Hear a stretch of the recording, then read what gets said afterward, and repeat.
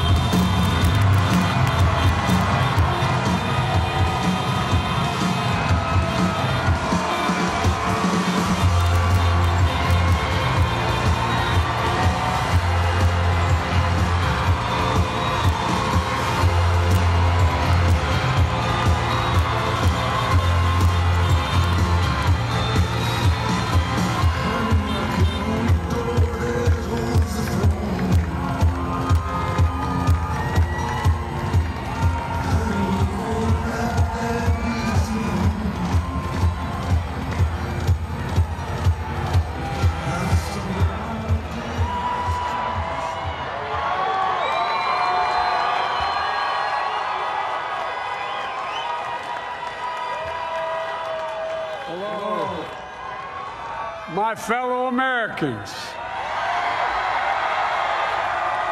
and the people who brought me to the dance, Delawareans. I see my buddy Senator Tom Carper down there, and I think Senator Coons is there, and I think the governor's around. Is that Ruth Ann? And that former Governor Ruth Ann Minner. Most importantly, my sisters-in-law, my sister Valerie. Anyway. Folks, the people of this nation have spoken. They've delivered us a clear victory, a convincing victory, a victory for we the people. We've won with the most votes ever cast on a presidential ticket in the history of the nation. 74 million.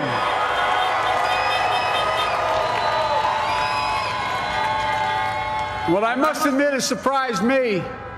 Tonight, we're seeing all over this nation, all cities and all parts of the country, indeed across the world, an outpouring of joy, of hope, renewed faith in tomorrow, bring a better day.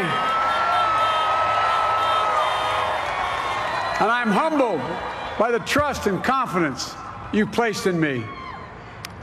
I pledge to be a president who seeks not to divide, but unify, who doesn't see red states and blue states, only sees the United States,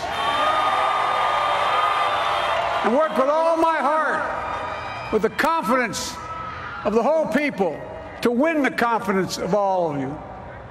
And for that is what America, I believe, is about.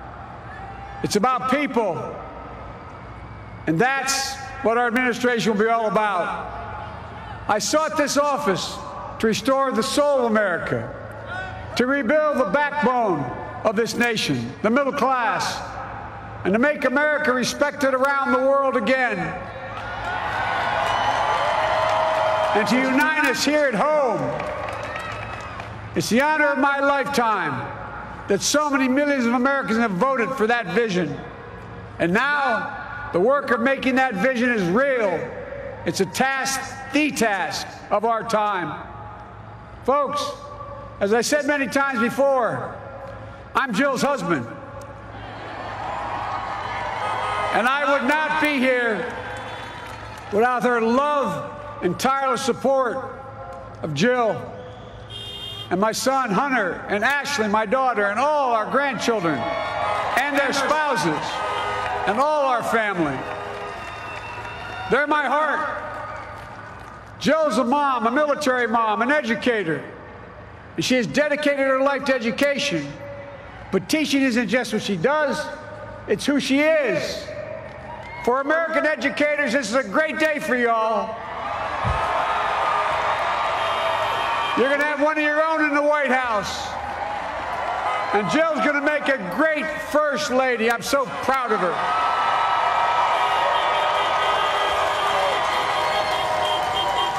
And I'll have the honor of serving with the fantastic Vice President who you just heard from, Kamala Harris,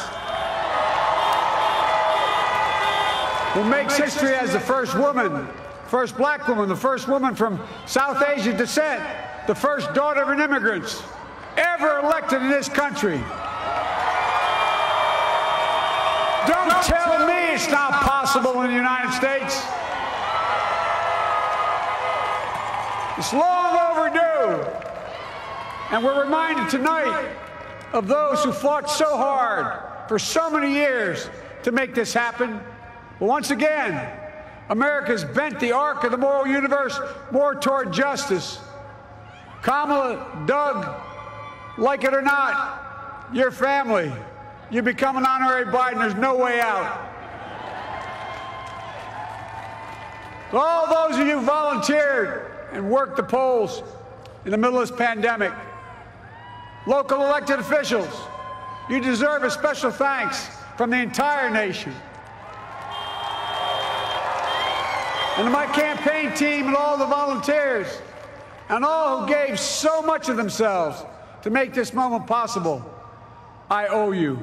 I owe you. I owe you everything. And to all those who supported us, I'm proud of the campaign we built and ran. I'm proud of the coalition we put together, the broadest and most diverse coalition in history. Democrats, Republicans, independents, progressives, moderates, conservatives, young, old, urban, suburban, rural, gay, straight, transgender, white, Latino, Asian, Native American. I mean it, especially those moments, and especially those moments when this campaign was at its lowest ebb. The African-American community stood up again for me. You've always had my back, and I'll have yours. I said at the outset, I wanted to represent this campaign to represent and look like America. We've done that. Now that's what I want the administration to look like and act like. For all those of you who voted for President Trump, I understand the disappointment tonight. I've lost a couple times myself, but now let's give each other a chance. It's time to put away the harsh rhetoric, lower the temperature, see each other again, listen to each other again. And to make progress, we have to stop treating our opponents as our enemies. They are not our enemies. They are Americans. They're Americans. The Bible tells us to everything there is a season, a time to build, a time to reap and a time to sow, and a time to heal. This is the time to heal in America.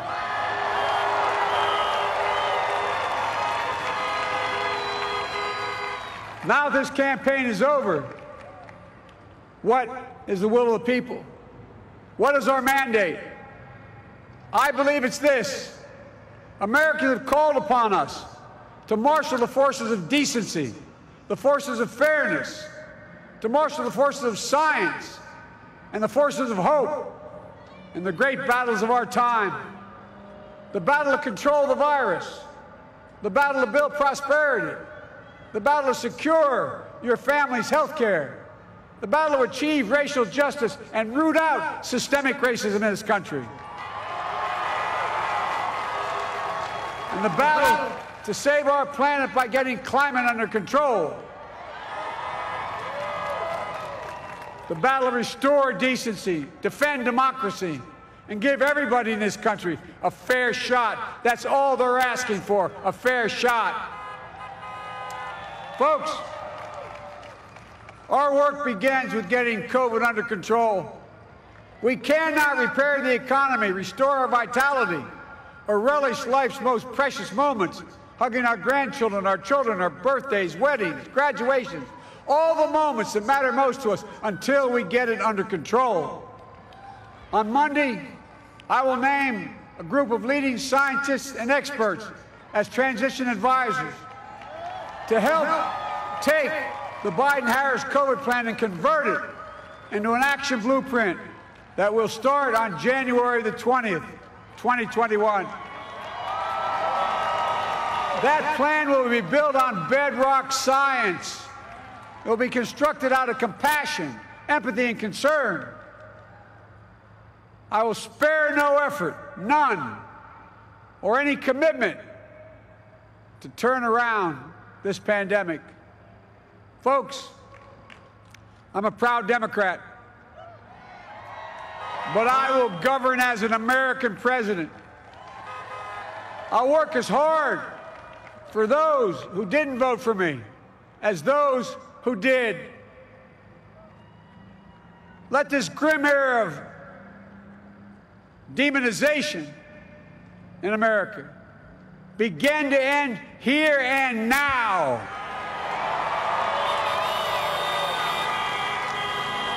The refusal of Democrats and Republicans to cooperate with one another, it's not some mysterious force beyond our control. It's a decision, a choice we make. And if we can decide not to cooperate, then we can decide to cooperate. And I believe that this is part of the mandate given to us from the American people. They want us to cooperate in their interest. And that's the choice I'll make. And I'll call on Congress, Democrats and Republicans alike, to make that choice with me. The American story is about slow yet steadily widening the opportunities in America. And make no mistake, too many dreams have been deferred for too long. We must make the promise of the country real for everybody, no matter their race, their ethnicity, their faith, their identity, or their disability. Folks, America has always been shaped by inflection points, by moments in time where we've made hard decisions about who we are and what we want to be. Lincoln in 1860, coming to save the Union. FDR in 1932, promising a beleaguered country a new deal. JFK in 1960, pledging a new frontier. And 12 years ago, when Barack Obama made history, he told us, yes, we can. Well, folks, we stand at an inflection point. We have an opportunity to defeat despair, to build a nation of prosperity and purpose. We can do it. I know we can. I've long talked about the battle for the soul of America. We must restore the soul of America. Our nation is shaped by the constant battle between our better angels and our darkest impulses. And what presidents say in this battle matters. It's time for our better angels to prevail.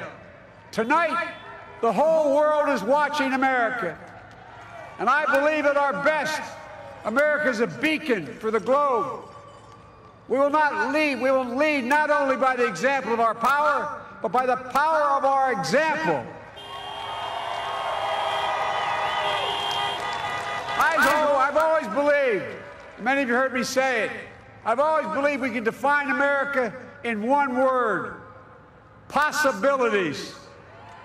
That, in America, everyone should be given an opportunity to go as far as their dreams and God-given ability will take them. You see, I believe in the possibilities of this country. We're always looking ahead to an America that's freer and more just, ahead to an America that creates jobs with dignity and respect, ahead of America that cures diseases like cancer and Alzheimer's, ahead to an America that never leaves anyone behind, ahead of America that never gives up, never gives in. This is a great nation. It's always been a bad bet to bet against America. We're a good people. This is the United States of America, and there's never been anything we've been not able to do when we've done it together. Folks, in the last days of the campaign, I began thinking about a hymn that means a lot to me and my family, particularly my deceased son, Bo. It captures the faith that sustains me and which I believe sustains America. And I hope it can provide some comfort and solace the 230,000 Americans who've lost a loved one to this terrible virus this year. My heart goes out to each and every one of you. Hopefully this hymn gives you solace as well. And it goes like this. And he will raise you up on eagle's wings, bear you on the breath of dawn, and make you to shine like the sun, and hold you in the palm of his hand.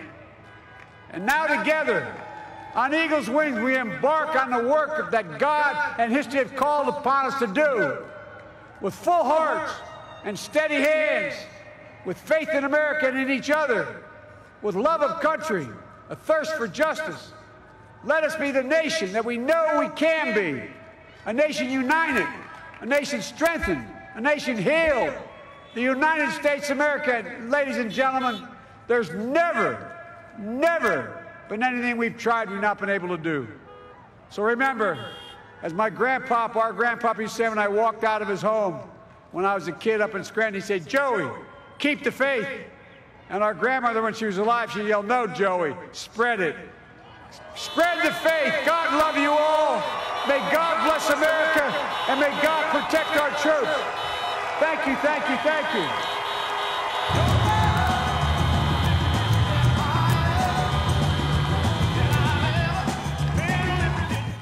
See the headlines as they happen and watch BBC News live in the app and get the full story with bbc.co.uk/news. Follow the story for all the latest with BBC News.